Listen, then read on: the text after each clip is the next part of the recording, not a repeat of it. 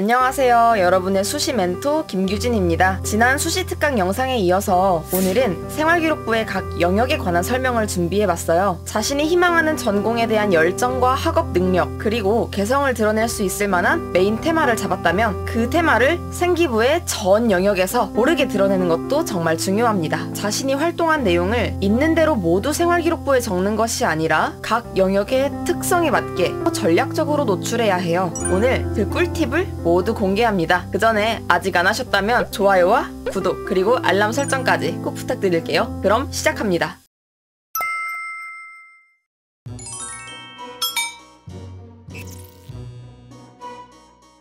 생활기록부의 가장 첫 번째 영역은 기본 인적사항과 교과 성적입니다. 여기에는 전학이나 출결 같은 기본적인 행정사항 위주로 기록이 되는데요. 여기는 사실 교과 성적을 제외하면 학생들이 할 수 있는 게 많지 않습니다. 자, 그러면 바로 다음으로 넘어가실까요?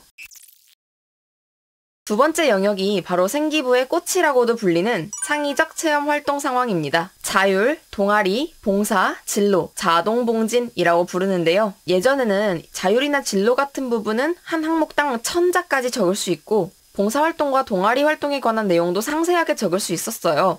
생활기록부의 가장 앞부분에 위치하다 보니 많은 분들이 생활기록부의 첫인상을 결정하는 요소라고 여기고 정말 열심히 준비를 했었는데요. 이제는 자율활동은 500자, 진로활동은 700자, 봉사활동은 기재하지 않고 동아리 활동도 학교에서 지정한 한 개의 동아리만 기록할 수 있는 등 많은 제한이 생겼어요. 그럼 4가지 영역을 하나씩 살펴볼게요. 첫 번째, 자율활동은 그야말로 마법의 칸입니다. 여러분이 쓰고 싶은 학교 활동에 관한 내용은 무엇이든 쓸 수 있다고 보시면 돼요. 체육대회나 축제 같은 교내 행사에서부터 꾸준히 학급에서 맡아서 진행한 1인 1역할, 청소 같은 학급 봉사 내용, 반장이나 회장을 했다면 학생 자치활동도 기재할 수 있고요. 과학의 날이나 음악대회, 교내 탐구대회 같은 학술적인 느낌의 활동도 얼마든지 적을 수 있습니다. 자율이라는 이름에서부터 알 수 있듯이 이 항목에 기재할 수 있는 내용은 딱히 제한이 없기 때문에 거의 모든 활동을 쓸 수 있다고 보시면 돼요. 저도 수학이나 물리 등 교과 관련 탐구를 하다가 글자 수가 부족해서 다 못 적은 내용은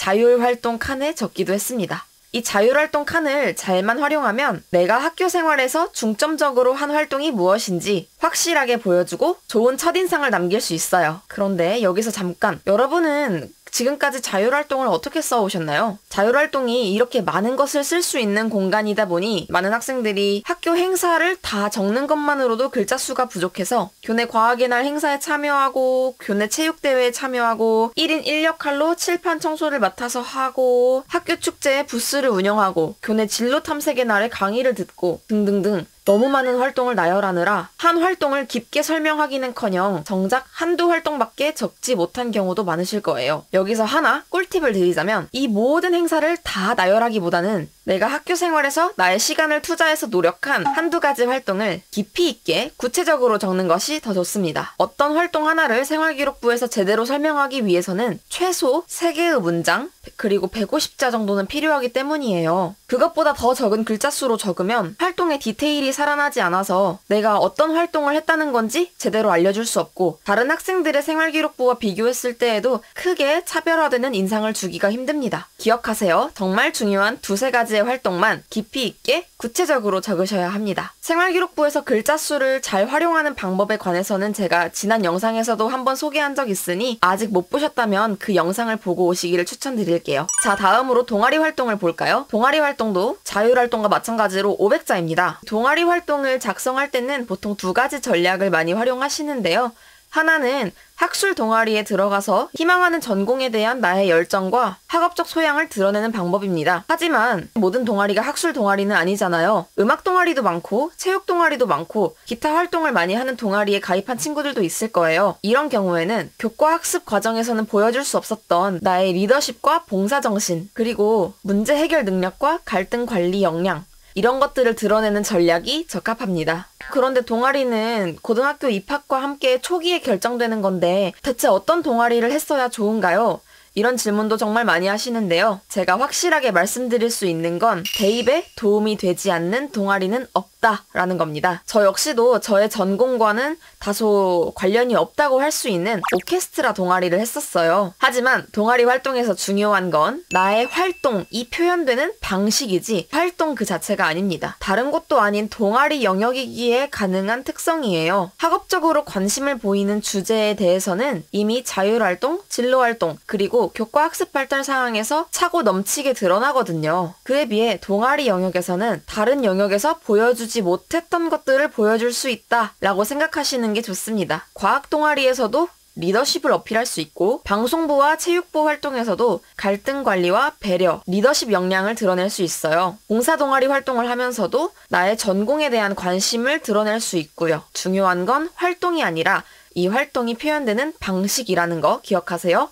나중에 동아리 활동을 어떻게 다양하게 작성할 수 있는지에 관해서는 또 다음 영상에서 풀어볼게요. 세 번째가 바로 봉사활동인데요. 2024학년도 대입부터 개인 봉사 실적은 대학 입시에 반영하지 않는다고 합니다. 저는 봉사활동을 직접 500자에 구체적으로 썼던 세대라서 이런 변화가 조금 아쉽게 느껴지기도 하는데요. 오히려 부담이 줄어들어서 좋다고도 볼 수 있을 것 같아요. 다만 자신이 봉사활동을 꾸준히 한 사실을 어필하고 싶다면 아까 말씀드린 대로 자율활동에 기재할 수 있겠죠.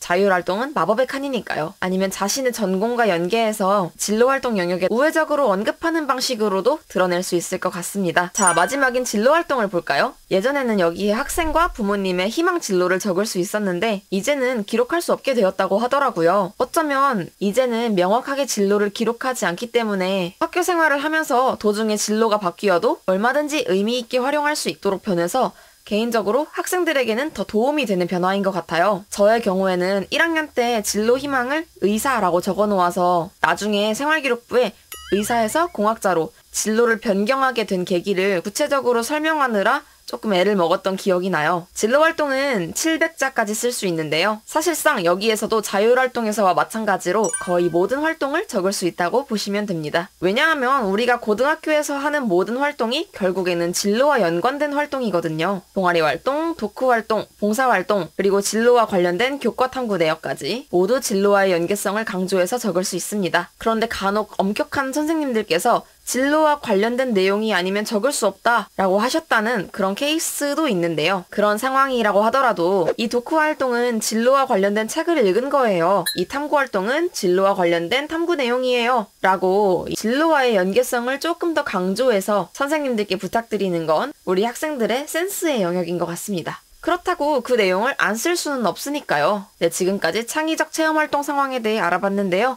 영상이 너무 길어져서 교과 학습 발달 사항과 독서 활동, 그리고 행동 특성 및 종합 의견에 대한 이야기는 다음 영상에서 말씀드려야 할 것 같아요. 다만 마지막으로 자주 들어오는 질문 하나에 대해서는 한번 짚고 넘어갈까 하는데요. 간혹 1학년 때 무단결석이 있는데 괜찮나요? 결석이 며칠 있는데 입시에 지장이 있지는 않을까요? 이렇게 걱정을 하는 분들도 계세요. 질문을 하기에 앞서 본인이 이런 질문을 하는 이유를 먼저 생각해 보셨으면 좋겠어요. 이런 질문을 하는 데에는 그래도 괜찮다라는 말을 듣고 싶어하는 심리가 있는 것 같아요. 자신이 더 이상 어떻게 할 수 없는 것 때문에 너무너무 걱정이 돼서 걱정하지 않아도 돼 라고 말해줄 사람이 필요한 거죠. 아니요, 죄송하지만 저는 그렇게 듣기 좋은 말을 해드릴 수는 없습니다. 본인이 생각하기에 무단결석이 있으면 괜찮을 것 같나요? 당연히 아니죠. 똑같은 생활기록부가 2개 있다고 하면 당연히 무단결석이 있는 학생보다는 없는 학생이 대학에서 보기에 우수한 학생이라는 건 누구나 다 알 거예요. 그런데 왜 이런 질문을 하시는 건가요? 현실은요, 이 생활기록부는 다 똑같은 게 아니라는 겁니다. 그렇기 때문에 이 두 학생의 합격에 영향을 미치는 건